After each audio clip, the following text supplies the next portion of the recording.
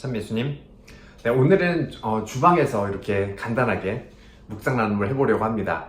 연중제 30주일입니다. 어느새 벌써 1년이 다 지나간다는 의미가 되겠죠. 교회력으로 연중이 34주일까지 있으니까요. 이제 한 달만 지나면 이제 다시 새로운 전례력의 새해가 시작이 되죠. 대림일주간이 시작이 됩니다. 그래서 점점 이렇게 한 해를 마무리해 가면서 내가 지난 한 해는 어떻게 살았는지 되돌아볼 수 있는 시간도 종종 가지셨으면 좋겠습니다. 오늘 복음을 보면 예수님께서 바르티메오라는 이 거지이면서 장님을 고쳐주시는 그런 장면이 나옵니다. 근데 오늘 복음에서 특별히 이 장님의 태도와 이런 그 노력에 한번 초점을 맞추어 보고 싶어요. 먼저 이 바르티메오가 예수님께 어떻게 소리를 지르는지를 살펴보면 다윗의 자손이신 예수님, 저에게 자비를 베풀어 주십시오 하고 그렇게 외칩니다. 이 한 문장 안에서 엄청난 신앙 고백이 담겨져 있어요. 그 당시에 이제 구약에서부터 예수님 시대까지 쭉 이어오기를 다윗의 자손이라는 이 표현은 메시아에게 전적으로 사용이 되던 표현이었거든요. 오기로 약속되어 있는 그 메시아를 가리키는 표현이 다윗의 자손이라는 표현이었는데, 이 장님이면서 거지인 이 사람이 예수님께 다윗의 자손이신 예수님이라고 그렇게 부른다는 것은 이 사람이 못 배우고 아무것도 없지만 나는 이분을 메시아로, 그리스도로 그렇게 믿고 고백한 그런 의미가 담겨져 있는 거죠. 그래서 먼저 여기서 첫 번째 우리가 캐치해 볼 수 있는 것은 신앙이라는 것에 있어서, 예수님을 믿는 데 있어서는 우리의 어떤 신분이나 환경이나 나의 상태가 중요한 것이 아니다 라는 것을 우리가 첫 번째로 바라볼 수가 있겠죠. 그리고 두 번째로 저에게 자비를 베풀어 주십시오 하고 그렇게 모든 사람 앞에서 외칠린다는 것은 사람들이 모두 다 알고 있지만 자기의 이런 가련한 상태, 자기의 비참한 이런 상태를 모든 사람들 앞에서 공개적으로 이야기를 하면서 또 동시에 그분께서 나에게 그렇게 자비를 베풀어 주실 거라는 것을 이렇게 믿음을 그렇게 공적으로 드러내는 이러한 표현이죠. 이 장면을 이렇게 묵상을 해보면서 우리가 미사 시작 때 하는 그 참회 예절이 생각이 났어요. 우리가 교회 앞에서 그리고 하느님 앞에서 주님 자비를 베푸소서, 그리스도님 자비를 베푸소서, 주님 자비를 베푸소서 하고 이렇게 외치는 교회, 이 모든 사람들과 하느님 앞에서 솔직하게 그렇게 외치는 이 모습이 바르티메오의 이 모습 안에서 담겨져 있지 않나, 그려져 있지 않나 하는 생각을 해봅니다.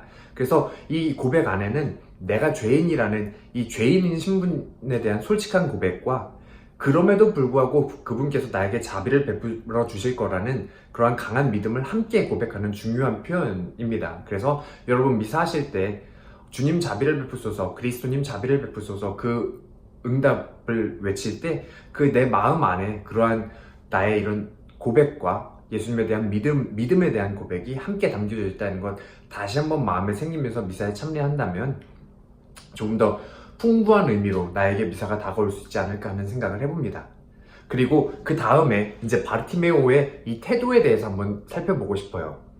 바르티메오가 처음에 예수님께 그렇게 외치면서 다가가려고 할 때 사람들이 나무라죠. 다 나무라고 합니다. 그런데 그럼에도 불구하고 상관하지 않고 그냥 바르티메오는 다시 한번 더 크게 외치죠. 확신이 있었기 때문입니다.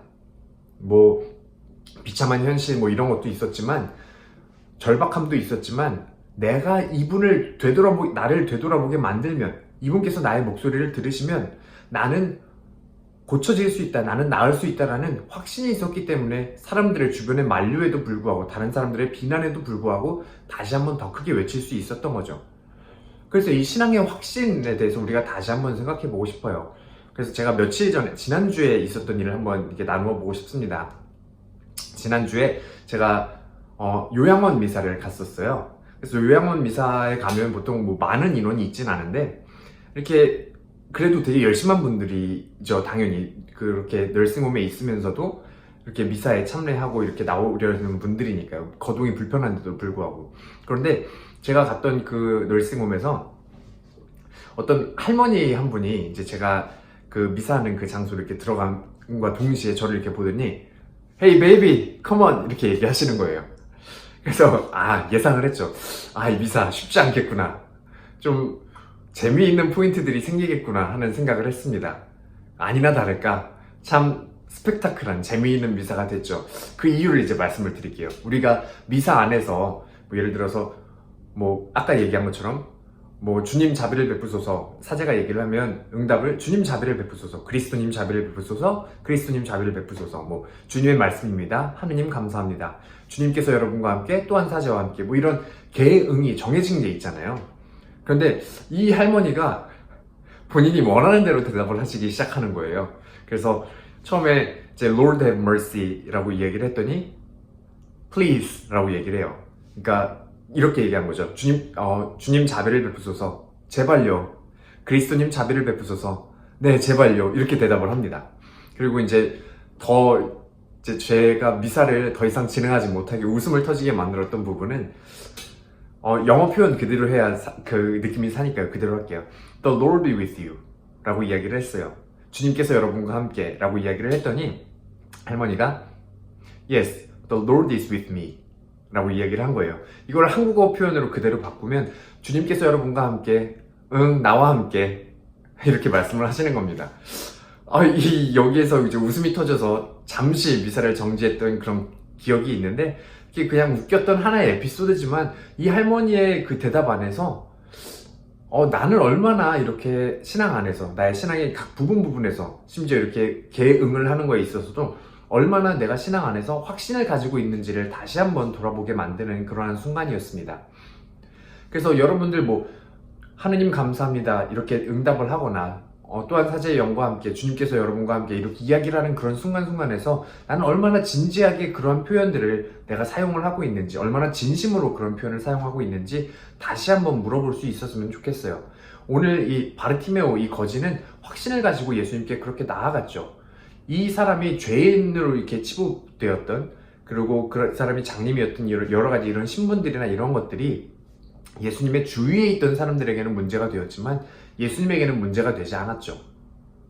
예수님은 우리의 현재 상태나 신분 이러한 것이 중요한 것이 아니라 우리가 얼마나 강한 확신을 가지고 그분을 믿고 따르고 있는가가 더 중요한 것이 아닐까 하는 생각이 들어요. 그래서 예수님께서 우리를 바라보시는 것은 그러한 강한 믿음, 강한 확신을 가지고 당신을 따라오는 그러한 모습에 예수님께서 더 기뻐하시지 않을까. 그리고 가시던 걸음을 멈추고 그를 이리 데려오너라 하고 말씀하신 것처럼 우리의 그러한 외침에, 우리의 그러한 확신에, 그러한 우리의 따름에 예수님께서 발걸음을 멈추시고 우리와 함께 걸어가시기 위해서 다시 되돌아오시지 않을까 하는 그런 생각도 해봅니다. 그래서 이번 한 주간 나의 신앙 안에는 얼마나 확신이 있는지 다시 한번 생각해 볼 수 있는 그런 시간 보내셨으면 좋겠습니다. 아멘.